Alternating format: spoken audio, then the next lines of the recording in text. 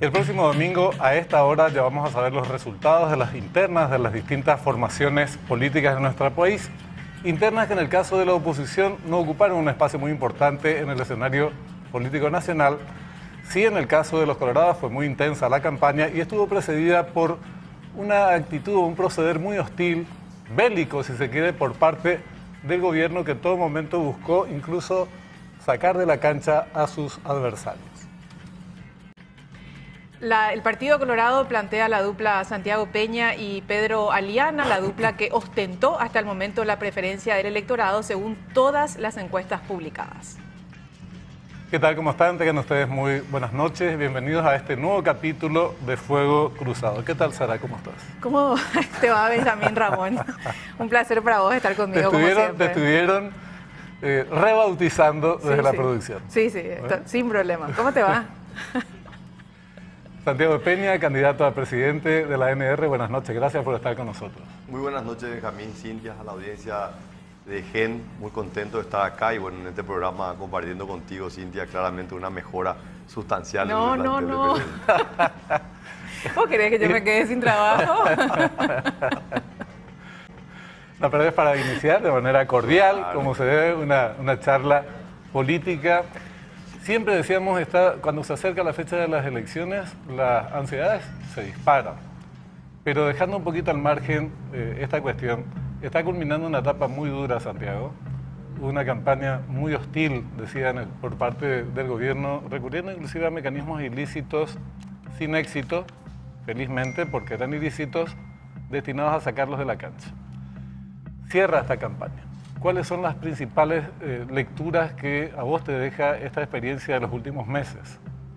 Creo que el balance, Benjamín, y la verdad que yo me siento un privilegiado de hacer este proceso electoral por segunda vez. Y me permite, primero, haber disfrutado muchísimo más, haber trabajado en temas que yo creo que son central de un proceso electoral, que no es solamente pedir votos, sino mostrar un camino para que los paraguayos estemos convencidos de que podemos estar mejor. Para mí ha sido una experiencia maravillosa recorrer varias veces el Paraguay, conversar con tanta gente. Pero también hay un aprendizaje muy importante, ¿verdad? Que más allá de que este fue un gobierno electo por el Partido Colorado, fue realmente una debacle, ¿verdad? A mí me tocó apoyar a Mario Abdo después de haber perdido las internas con él. Le apoyé para que sea electo. El partido se unió para que él sea electo, pero claramente fue una gestión desastrosa. Y eso nos tiene que interpelar a quienes queremos llegar al poder, que no basta solamente hacer un buen trabajo, sino que tenemos que ser capaces de trasladar eso hacia una siguiente administración. Nosotros hicimos un gran trabajo. Horacio Cartes para mí fue el mejor presidente de la transición democrática, pero yo no fui capaz de poder sostener una segunda administración de seguido que nos iba a permitir generar un gran salto. Lo que quiero decir con esto es que mi gran desafío los próximos 5 años es no solamente hacer una gestión honesta, idónea, patriótica, que la gente perciba la mejoría, sino también tengo que ser capaz de sostener un proyecto que vaya más allá del 2028 y poder pasarle a otro Colorado, pero no basta solamente que sea otro Colorado. Claro. Tiene que ser otro Colorado que pueda continuar la misma senda del progreso, del desarrollo, porque si no pueden ser 5 años de avance, como fue el 2013 y el 2018, para ver un retroceso de casi 5 años nuevamente. Yo creo que eso es lo que el país no se puede dar el lujo de estas marchas y contramarchas que finalmente nos dejan en el mismo lugar sin avanzar. Santi, yo creo que uno de los aspectos que más preocupan y apremian en general a toda la ciudadanía es el aspecto económico. ¿Cuál consideras es la herencia económica de este gobierno? Y por sobre todo consultarte si consideras que se va a repetir ese fenómeno cuando asumió Horacio Cartes de las arcas vacías en el Estado paraguayo y cómo enfrentar eso. Sí, efectivamente. De hecho, la situación va a ser mucho peor de la que recibimos en el 2013 porque el tamaño de la economía es mayor, los montos que se manejan son mayores. En el 2013 había herramientas o no habían herramientas que hoy sí se disponen y esas herramientas bien utilizadas son muy útiles para el gobierno, pero mal utilizadas como ha hecho este gobierno. El caso de la deuda, una deuda que se ha utilizado solamente para el malgasto y no para la inversión, genera un daño tremendo. Hoy tenemos un problema, un déficit fiscal, no se cumplió los 5 años y tenemos un nivel de deuda pública que ha crecido de una manera dramática con los costos de la deuda, las tasas de interés que se están pagando. Así que creo que se puede revertir. No me da miedo el Paraguay que vamos a enfrentar, sí me da miedo que continuemos de esta misma manera otros 5 años. Después hay una realidad, Cintia, hay temas que son tangibles, palpables, que los vemos, ¿verdad? Las estadísticas son puras y duras, no podemos enojarnos, son los números, el déficit fiscal, la inflación. Pero creo que uno de los mayores daños ha sido una pérdida de credibilidad y una pérdida de confianza sobre las instituciones económicas. Hemos visto, y lastimosamente conozco a muchos de ellos quienes están en instituciones claves como el Banco Central y el Ministerio de Hacienda, y realmente me da mucha pena cómo se han entregado, cómo no han defendido algo que por tantos gobiernos se ha defendido, que es la estabilidad y la institucionalidad. El Banco Central, en un nuevo atropello por parte del Ministerio de Hacienda, modifica la ley, la Carta Orgánica del Banco Central, estableciendo créditos del Banco Central al Ministerio de Hacienda a tasa de interés cero. Ese es el camino que eligió Argentina, ese es el camino de Venezuela, ese no es el camino que tiene que seguir Paraguay. Eso ya hubo en el pasado intentos por parte del Ministerio de Hacienda, obviamente no durante mi mandato, pero sí en otras administraciones, y a mí me tocó como director del Banco Central defender eso a capa y espada, que es justamente la piedra angular de la estabilidad monetaria que tiene el Paraguay. Y nosotros hablábamos hace varios meses de la pérdida de independencia por parte del Banco Central. Hoy tenemos 2 funcionarios del Ministerio de Hacienda dentro del directorio. Hay una directora que también ha renunciado, no sabemos cuál es el motivo, una gran profesional, María Fernanda Carrón. No sabemos realmente qué va a hacer el gobierno, quién va a ser el próximo director del Banco Central, pero lastimosamente el retroceso sobre los temas que podemos ver, pero también hay temas que la ciudadanía no percibe, pero quienes conocemos el funcionamiento económico de la República del Paraguay sabemos del daño que está dejando el gobierno de Mario Abdo Benítez. Sí, iban a haber temas incluso de agenda bilateral de mucha relevancia como Itaipú, que también el nuevo gobierno va a recibir en condiciones muy desfavorables porque va a estar muy avanzado el retroceso de los intereses paraguayos en la binacional. Entonces, vas a recibir un gobierno, en el caso de que se confirme tu candidatura, que todos los indicadores muestran esa preferencia de los colorados y después se reconfirme en las elecciones generales, un país en una situación bastante más complicada, inclusive por factores externos, un mundo también bastante más problemático. Y la gente espera resultados o respuestas muy concretas en relación a su vida cotidiana, a los problemas de la cotidianidad. Trabajo, salarios bajos, no le alcanza para llegar a fin de mes, todo el tema de la pobreza. Entonces, en ese terreno, ¿cuáles serían las prioridades, Santiago? ¿Qué es lo que vos le proponés a los electores colorados para que te lleguen al 30 de abril? Principalmente, Benjamín, recuperar liderazgo, tanto en la política interna como en la política externa. Si hay algo que ha caracterizado, y esto ha sido mi evaluación desde el día que asumió Mario Abdo y conformó el equipo, y uno se daba cuenta a qué iba a disputar, qué torneo, qué tipo de resultados uno podía disputar o esperar del equipo que planteaba Mario Abdo. Y claramente era un equipo que no iba a poder ni siquiera mantener el nivel que tenía, era el descenso. Y yo creo que hemos descendido en todos los ámbitos. En la política interna, con una desastrosa gestión en el campo económico, con consecuencias en el plano social, en empleo, en pobreza que ha aumentado de manera dramática. Y también una falta de liderazgo a nivel internacional. Han habido 5 ministros de Relaciones Exteriores. Obviamente Paraguay no tiene ninguna agenda a nivel internacional. A mí me tocó trabajar con Eladio Loizaga, era realmente un referente a nivel internacional. Paraguay era protagonista en la agenda internacional y estábamos en una situación, acordate que cuando asume Horacio Cartes en el 2013, Paraguay era un país que había sido sancionado del Mercosur y rápidamente tomamos un protagonismo en la agenda internacional que hoy lastimosamente se ha perdido y no somos números, Benjamín y Cintia, esa es la realidad, no somos números. Hoy hay debates demasiado importantes en el Mercosur, se estuvo discutiendo en estas últimas semanas esta posición por parte de Uruguay de querer negociar bilateralmente por fuera del Mercosur. Así que bueno, yo estoy muy entusiasmado de lo que se puede conseguir, de que la voz de Paraguay pueda ser una voz escuchada y respetada a nivel internacional, dentro de nuestros pares, dentro del Mercosur, pero también por fuera del bloque comercial que estamos en la región. Así que creo que el tema central es el liderazgo, tener ideas claras, tener protagonismo en esa agenda. Y por supuesto en el campo económico yo he hecho de la generación de empleo un tema central, ¿verdad? Yo creo que hoy la gran pandemia que estamos sufriendo es la falta de empleo. La falta de empleo con su contracara, que es la inseguridad. No hay prácticamente ciudad en el Paraguay que hoy no esté sufriendo los embates de la inseguridad, esa contracara de la falta de empleo muchas veces. Santi, ese escenario económico que vos describís es dramático en el sentido de que tu margen de maniobra se va a reducir enormemente en el caso que llegues a la presidencia. En tu discurso vos planteas dos cuestiones muy concretas, no subir impuestos y crear 500.000 fuentes de trabajo. Para mí la pregunta es, ¿cómo en ese escenario en el que vas a estar probablemente? Ya, Cintia, el Estado tiene todas las herramientas, o sea, el Estado que obviamente se beneficia de la experiencia de otros países, de experiencias exitosas, de fracasos. Paraguay, nosotros habíamos trazado ya una hoja de ruta a largo plazo. ¿Cuál es la política de Estado que tiene que implementar Paraguay? ¿Y cuál es el Paraguay que no deberíamos imaginar, verdad? Teníamos muy claro hacia dónde queríamos ir. Queríamos ir hacia un país donde Paraguay desarrollaba un potencial agroindustrial, la utilización de la energía eléctrica, el beneficio de la ubicación geográfica, herramientas tributarias. Una es la ley de Maquila, la otra es la ley 6090, un régimen tributario atractivo, leyes laborales atractivas.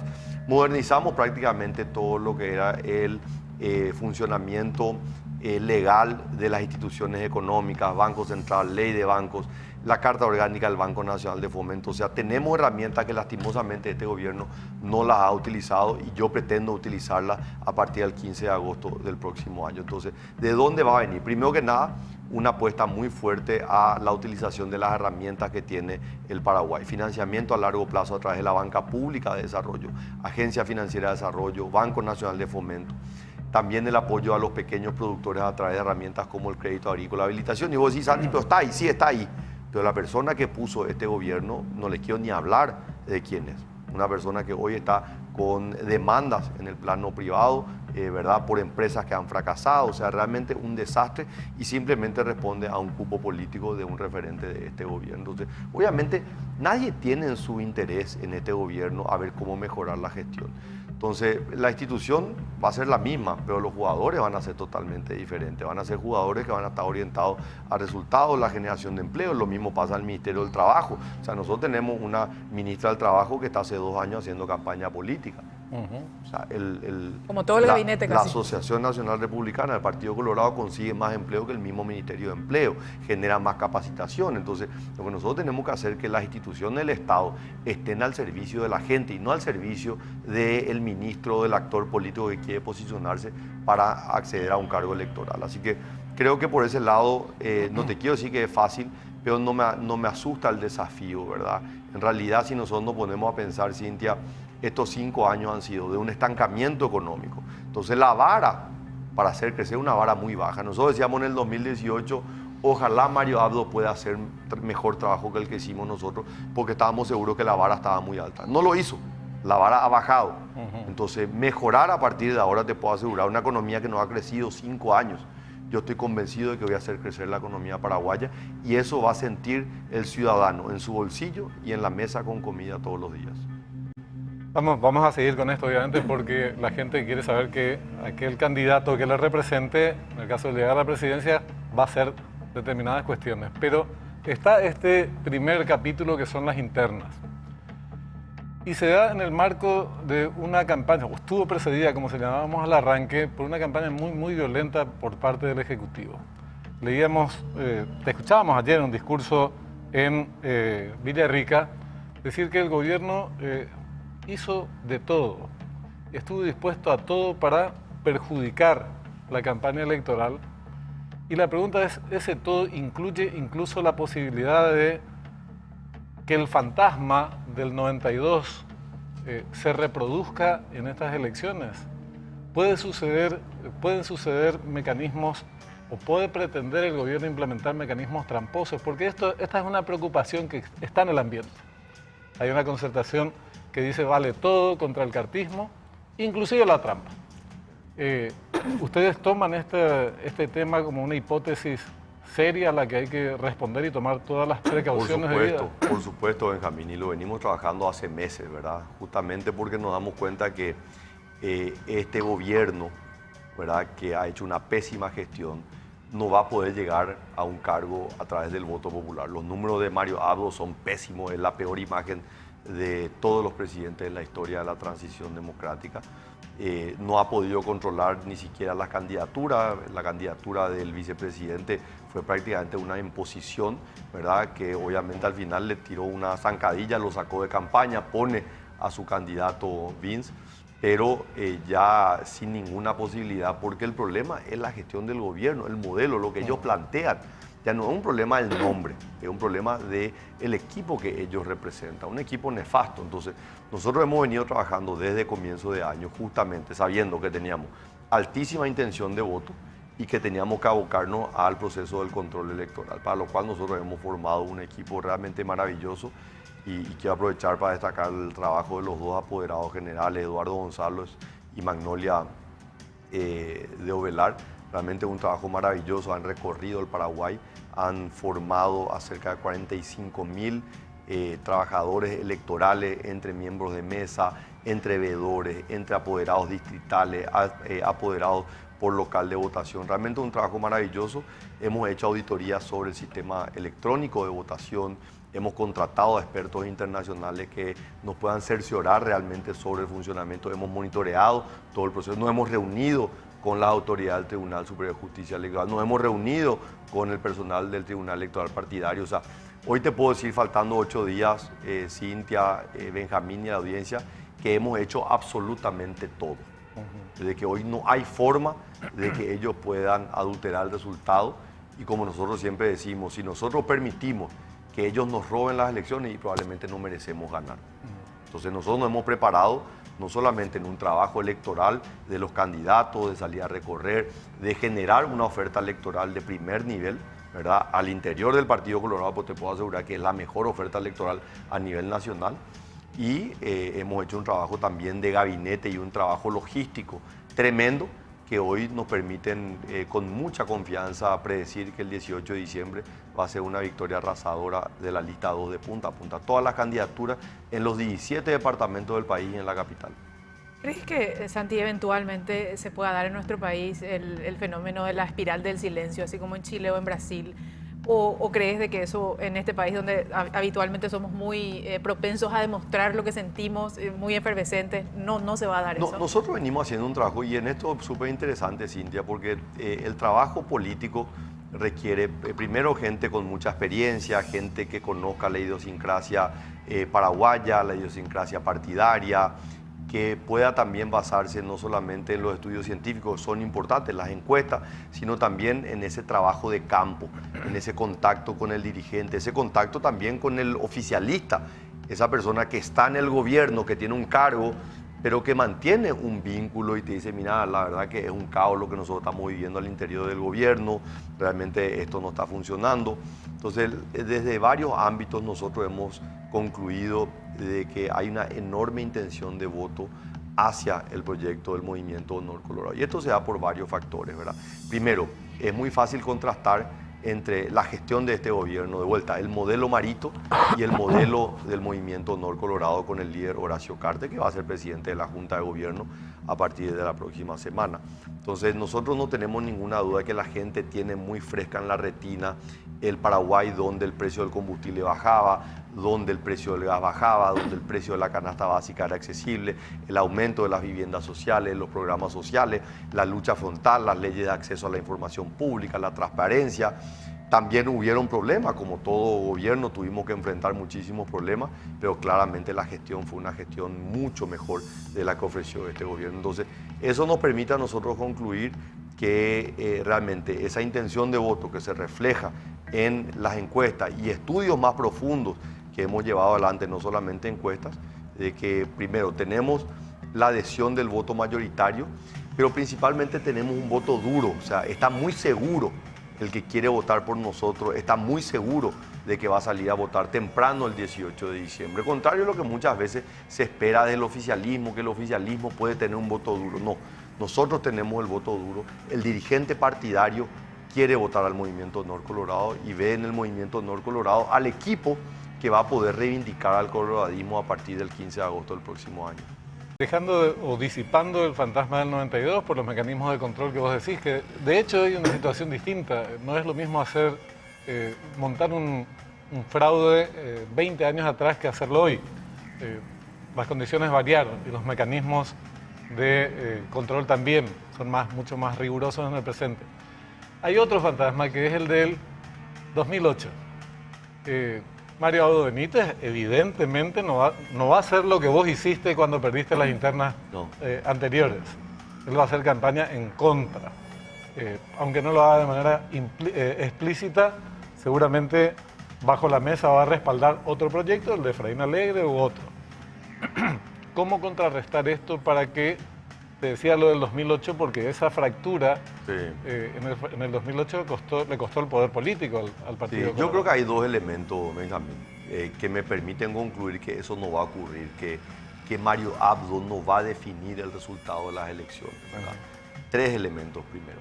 Uno, Mario Abdo es la figura política con mayor rechazo dentro del Partido Colorado. Esa es la realidad. O sea, Mario Abdo Benítez es el político, y lo hemos medido, el político que tiene la peor imagen dentro de la estructura política, dentro de los referentes, el que tiene mayor rechazo.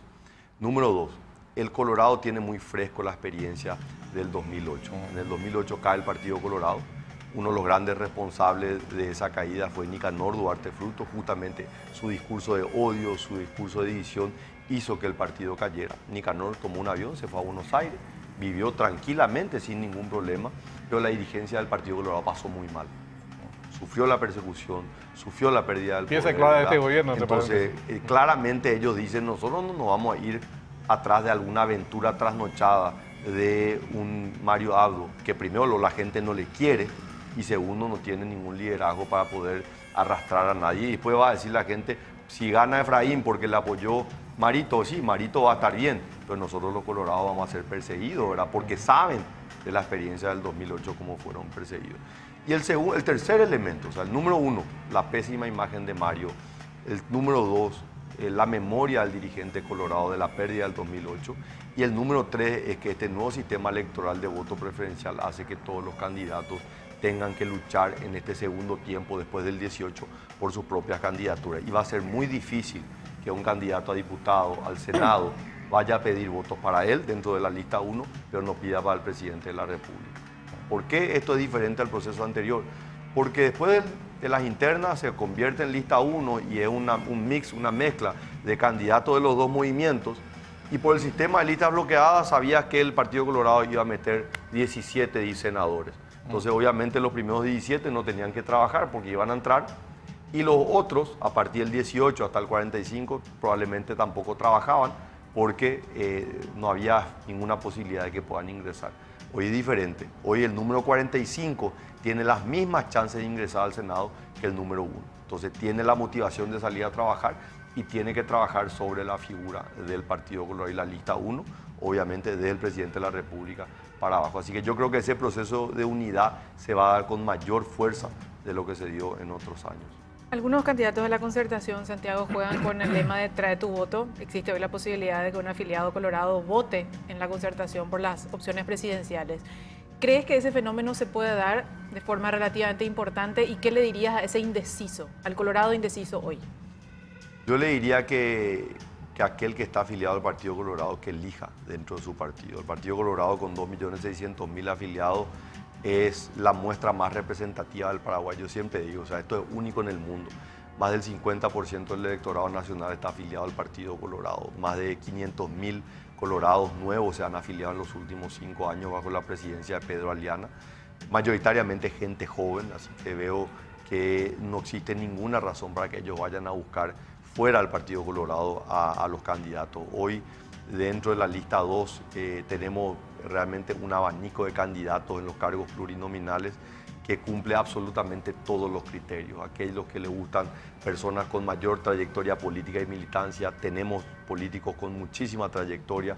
Aquellos que les gustan perfiles renovados, más nuevos, tenemos también figuras desde diferentes ámbitos, desde el campo militar, desde el campo judicial, desde el campo policial, desde el campo académico, de la cultura, empresarial. Realmente es un abanico muy amplio de gente joven y gente también con mucha experiencia. Así que creo que el Partido Colorado y los números, nosotros barajamos una participación cercana al 60%. O sea, estamos hablando de que van a haber probablemente 1,5 millones de colorados votando el 18 de diciembre. Y nuestro cálculo es que la concertación probablemente vaya a movilizar unas 400.000 personas como máximo, 300.000 personas. Así que claramente la definición, la campaña hoy está concentrada en el Partido Colorado, el sentimiento de la gente está concentrado dentro del Partido Colorado y creo que esa va a ser nuestra mejor carta de presentación para el camino que vamos a llevar adelante hasta el 30 de abril, que también estoy convencido va a ser una gran victoria. De hecho, las internas coloradas a lo largo de toda la etapa democrática fueron la definición de la presidencia de la República, excepto en una oportunidad por condiciones muy concretas, muy particulares. Ahora, recién te preguntaba, Cintia, y me parece que es bueno después profundizar más todavía. Vas a recibir, en el caso de que llegues a la presidencia de un país, decíamos, ya sin posibilidades de endeudarse más, porque es muy poco el margen que va a dejar Mario Abdo con el 37 y pico % del Producto Interno Bruto en concepto de deuda externa. No se va a tocar el tema impositivo, pero hay otros recursos también que tienen que ver con la sangría que sufre el Estado, que se llama corrupción.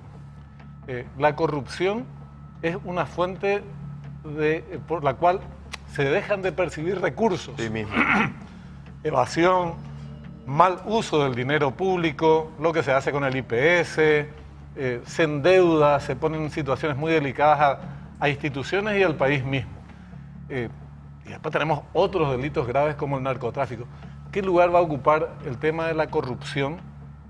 El tráfico de drogas, que Paraguay se convirtió en un hub, en un país de acopio y exportación, distribución mundial de drogas, en tu eventual gestión como presidente. Una lucha frontal a la ilegalidad, una lucha frontal hacia la corrupción y contra la impunidad que tanto daño le hace al Paraguay. No hay ninguna duda de eso. Y mira, para darte un ejemplo, Benjamín, nosotros trabajamos muchísimo en todo lo que era el acceso a la información pública, leyes de transparencia. El ciudadano podía controlar en el día, saber cuántos funcionarios públicos había y cuáles eran los salarios. Hoy no sabemos, no sabemos. Hay especulación a ver si Mario Abdo incorporó 60.000, 70.000. O sea, una primer medida que voy a tomar es una muy profunda auditoría del Estado de qué es lo que ha ocurrido en las empresas públicas. Sabemos que la situación de Petropar es una situación calamitosa, lo mismo está pasando en la Industria Nacional de Cemento, lo mismo está pasando en Copaco, en el Ministerio de Salud no están pagando los salarios a los médicos. O sea, nosotros vamos a tener que hacer un proceso, un corte administrativo, un proceso de auditoría tremendo y deslindar las responsabilidades de cada uno de los actores que van a tener que rendir cuentas, no hay ninguna duda de eso. Y después un proceso de reingeniería. Y ahí tenemos que entender, nosotros tenemos una economía formal de unos 40.000 millones de dólares y tenemos una economía subterránea, ¿verdad? Que está ahí, ¿verdad? Pero no está dentro de los registros formales, que ronda alrededor de unos 24.000 millones de dólares. Nosotros lo que tenemos que hacer es, primero, convertir esa economía informal hacia una economía formal y después hacer crecer ese PIB. ¿Qué es lo que yo creo que puedo hacer en los próximos años? Paraguay tiene un PIB per cápita, que es la producción total dividido la cantidad de habitantes, en torno a unos $5.000. El promedio de Sudamérica está en torno a los $8.000, $9.000. Yo mirando hoy el Paraguay, la ubicación geográfica, la tierra, el agua, la energía, el bono demográfico, la estabilidad macroeconómica, que a pesar que ha sido puesta en riesgo en este gobierno, creo que todavía es una fortaleza de la economía paraguaya. La posibilidad de posicionar a Paraguay como un hub de negocios para el Cono Sur, yo no tengo duda de que pueda hacer crecer la economía, o podemos hacer crecer la economía, tanto el sector público, generando las condiciones, pero principalmente incentivando al sector privado, que el PIB per cápita vaya a unos $8.000, $9.000. Estamos hablando de casi duplicar la economía paraguaya. Si duplicamos la economía paraguaya sin tocar la tasa de los impuestos, quiere decir que vamos a tener el doble de impuestos de lo que hoy estamos cubriendo. ¿Para qué? Primero, eliminar el déficit fiscal. Segundo, aumentar la inversión en infraestructura, en educación, en salud y en seguridad, que son los servicios públicos por excelencia. Y hoy la ciudadanía está a gritos pidiendo tener mejores servicios públicos. Santiago Peña, gracias por acompañarnos esta noche en Fuego Cruzado. Muchas gracias, Cintia, Benjamín, y un saludo para la audiencia.